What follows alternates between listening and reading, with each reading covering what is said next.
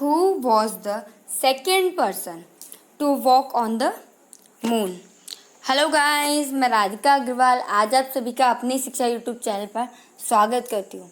अभी मैंने आपसे एक क्वेश्चन पूछा है। अगर आपको इस क्वेश्चन का आंसर पता है तो मुझे कमेंट करके बताइए, और अगर आपको इस क्वेश्चन का आंसर नहीं पता है तो वीडियो को एंड तक देखिए, आपको इसका आंसर पता चल जाएगा। तो आज के टॉपिक पर बात करते हैं। आज हम क्लास 12th का इकोनॉमिक्स का फर्स्ट चैप्टर पढ़ने वाले हैं, जो है इंट्रोडक्शन ऑफ इकोनॉमिक्स। चलते हैं चैप्टर की तरफ। आज के हमारे लर्निंग ऑब्जेक्टिव्स हैं father of economics, parts of economics and difference between micro economics and macro economics.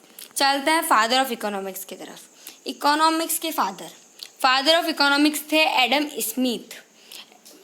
Adam Smith को हम फादर ऑफ इकोनॉमिक्स के नाम से जानते हैं, और इन्होंने एक बुक लिखी थी। उस बुक का नाम है an inquiry into the nature and causes of wealth of nation, और ये बुक इन्होंने 1776 में लिखी थी। सो नेक्स्ट पार्ट पर चलते हैं।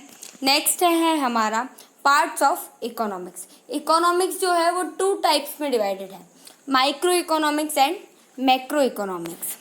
अब माइक्रो इकोनॉमिक्स क्या होता है और मैक्रो इकोनॉमिक्स क्या होता है? तो माइक्रो इकोनॉमिक्स होता है, micro economics deal with small part of the economy.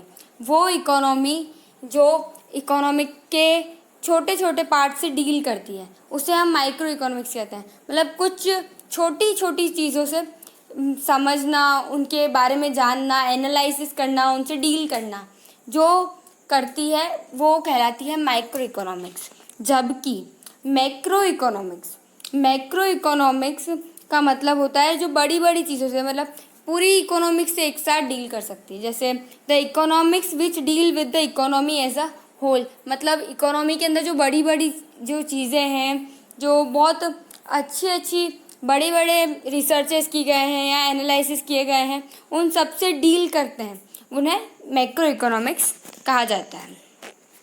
चलते हैं डिफरेंस की तरफ। Difference between micro economics and macro economics. First difference है हमारा कि unit of study. Micro economics जो होती है वो इंडिविजुअल एक ही यूनिट को लेकर स्टडी करती है, जबकि मैक्रो इकोनॉमिक्स जो होती है वो पूरी कंट्री की जो इकोनॉमी होती है उसको एक साथ लेकर स्टडी करती है। मतलब जो माइक्रो इकोनॉमिक्स स्मॉल पार्ट्स में डिवाइड कर को छोटा पार्ट यूनिट जो होती है उसे स्टडी करती है, जबकि जो मैक्रो इकोनॉमिक्स है पूरी एक साथ स्टडी करने की हिम्मत रखती है एक तरीके से। सेकंड जो है हमारा वो है ऑब्जेक्टिव।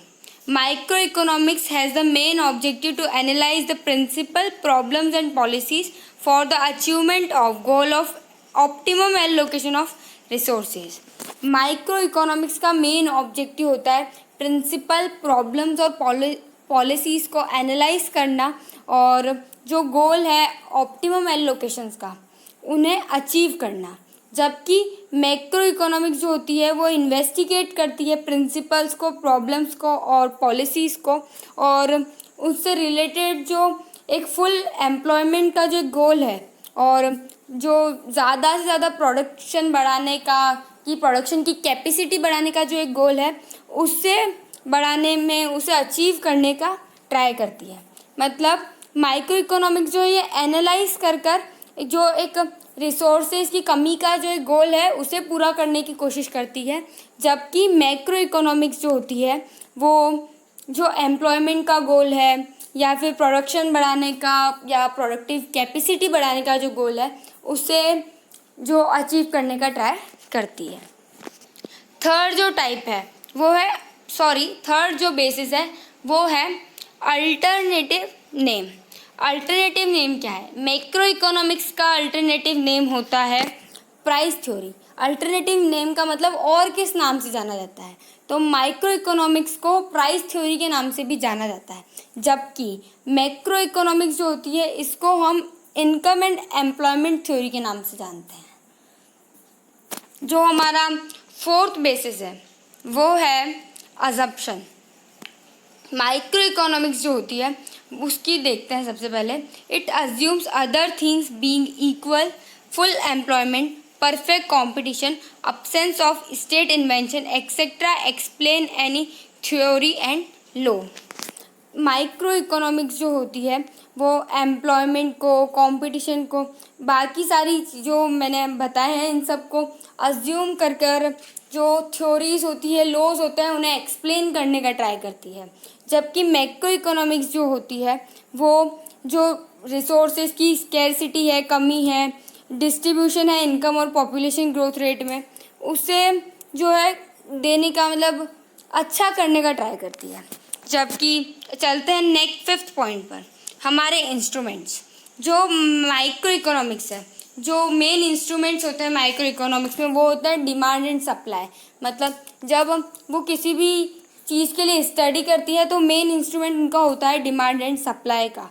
लेकिन जब मैक्रो इकोनॉमिक्स किसी भी पर्टिकुलर पार्ट पर रिसर्च करती है या फिर किसी भी पर्टिकुलर पार्ट पर इन्वेस्टिगेट करती है तो उनका मेन इंस्ट्रूमेंट होता है supply, demand, savings and investment. So अभी अभी मैंने आपसे एक क्वेश्चन पूछा था कि who was the second person to walk on the moon? So the answer is Edwin Aldrin. So thank you guys for this video. I will see you in the next one. Thanks for watching.